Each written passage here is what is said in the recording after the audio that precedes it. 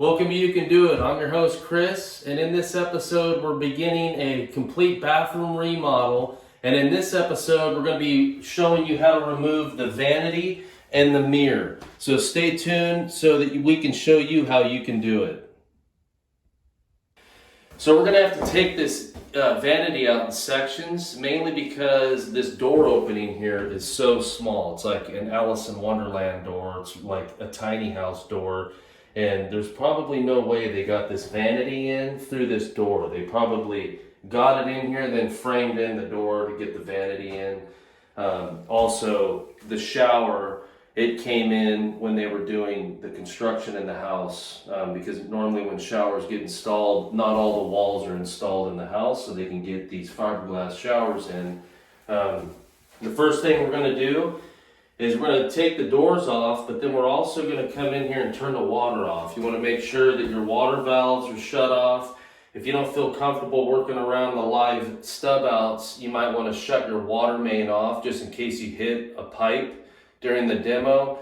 You don't have a gusher of water flooding your house. So I would recommend, if you've never done this before, to turn the water off. And then when you go to turn the water back on, have somebody in the house to maybe, be on the phone with somebody and just check the water, make sure you don't have any leaks before you energize the water. So we're gonna go ahead and start removing the doors off the vanity by taking the screws out of the hinges of the doors.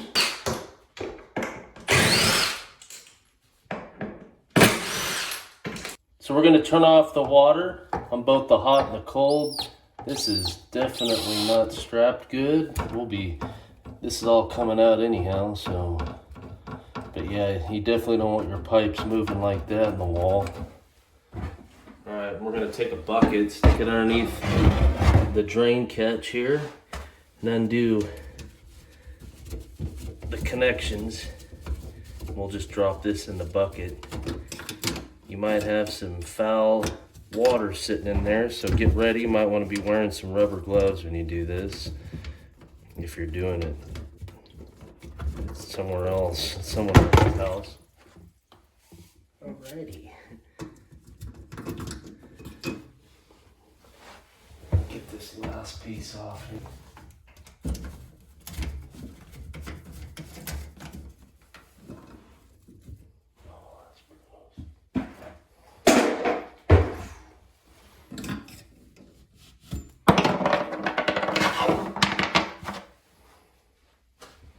All right, so now we're going to remove the supply lines that are attached to the faucet.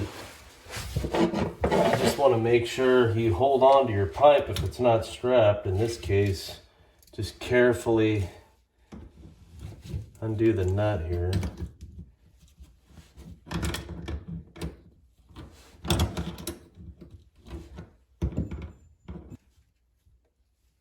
I'm just going to leave them on hand tight so I can get the bucket back in here, drain out the water.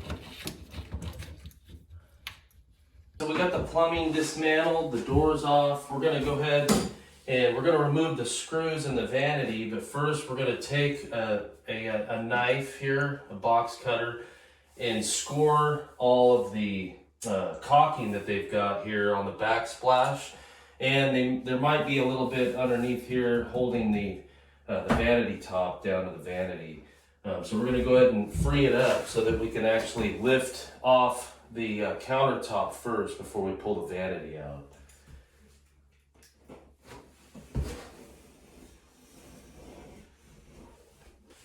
So we're going to remove this half round molding off. So if you've got some flooring that you're trying to salvage, you don't want to ruin it, the best way to do it is to have a putty knife. Probably maybe more like a metal or a plastic one, and get your putty knife underneath it, just so you're not scoring your flooring, especially if it's vinyl. So when you go to put pressure on it, you're putting pressure on the putty knife instead of your flooring. You got to take this stuff off.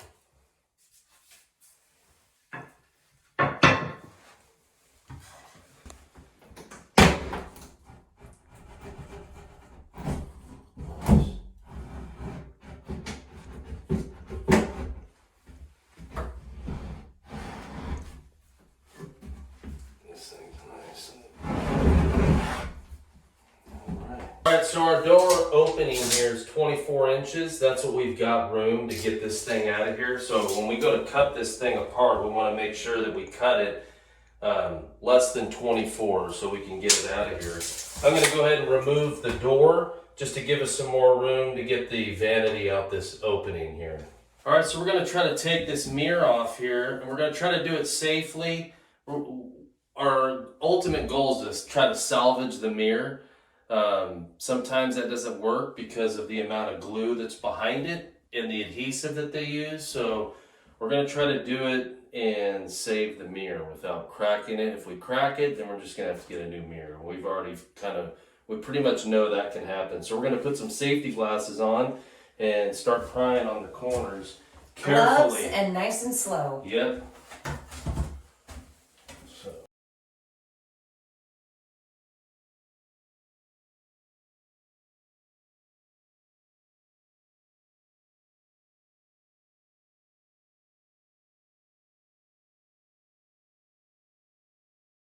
We were able to salvage and save the mirror. Like we said before, sometimes it doesn't happen, but if you have some patience, you got somebody helping you, you can carefully pry it slowly, and then as you're prying, you want to put shims, but you don't want to pry too hard. You'll hear the sheetrock and the paper pulling away from the wall. That's what you want to hear, but you want to do it nice and careful and work your way all the way down evenly, and dropping shims or some cardboard. You can take cardboard and double it up, but you just open it up little by little and then shim it, and if it works out, it'll just pop right off the sheetrock, but you got to have somebody there to help you hold it steady.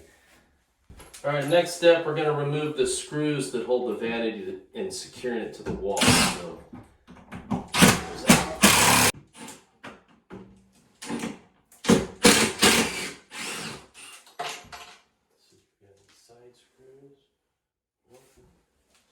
got one screw here, didn't hit a stud.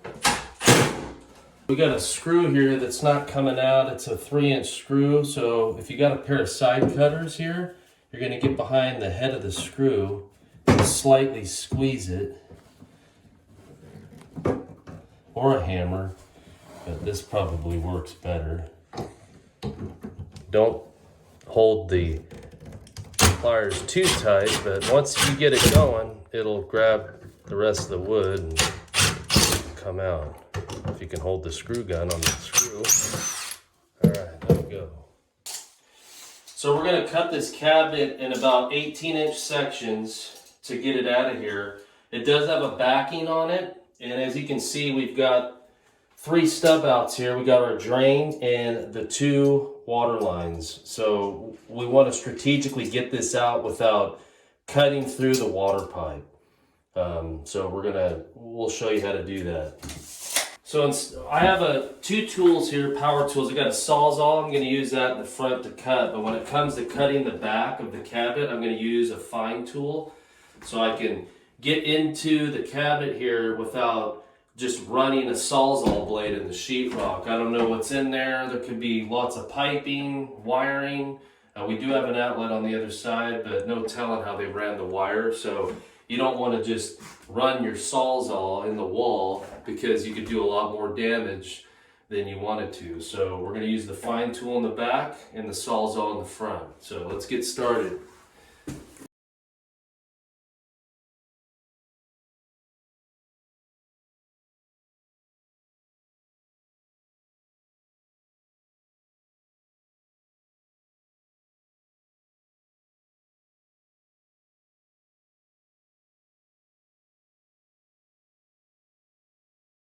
So we left the backing here from the cabinet, so we got the other parts out. So now we're going to strategically cut without hitting the pipe. We're going to use a fine tool here. We're going to cut the top section out, and then we'll get in here and cut these other pieces out of here as well.